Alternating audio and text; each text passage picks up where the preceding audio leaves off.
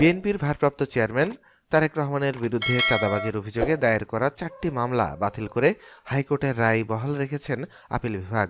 হাইকোর্টের রায়ের বিরুদ্ধে রাষ্ট্রপক্ষের দায়ের করা লিভ টু আপিল খারিজ করে রোববার বিচারপতি মোহাম্মদ আশরাফুল ইসলামের নেতৃত্বে 4 বিচারপতির আপিল বেঞ্চ এ আদেশ দেন।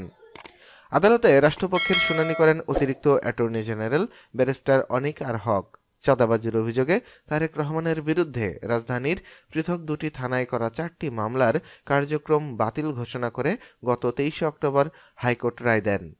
2007 সালে গুলশান থানায় 3টি এবং ধানমন্ডি থানার 1টি মামলাসহ ওই 4টি মামলার কার্যক্রম বাতিল চেয়ে তারেক রহমানের করা পৃথক আবেদনের উপর চূড়ান্ত শুনানি শেষে ওই রায় দেওয়া হয়।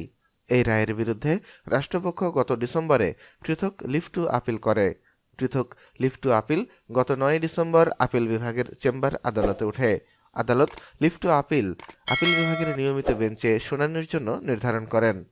জানতে চাইলে অতিরিক্ত অ্যাটর্নি জেনারেল অনিক আর হক বলেন, হাইকোর্টের রায়ের বিরুদ্ধে 4টি লিভ টু আপিল করা হয়। লিভ টু আপিলগুলো শুনানি করে খারিজ করে দেওয়া হয়েছে। আইনজীবীদের দেওয়া তথ্য অনুসারে রেজা কনস্ট্রাকশনের ব্যবস্থাপনা পরিচালক আফতাব উদ্দিন 2007 সালের 27 মার্চ তারেকের ঘনিষ্ঠ বন্ধু গিয়াসউদ্দিন আল মামুন সহ অন্য ব্যক্তিদের বিরুদ্ধে চাঁদাবাজির অভিযোগে গুলশান থানায় একটি মামলা করেন।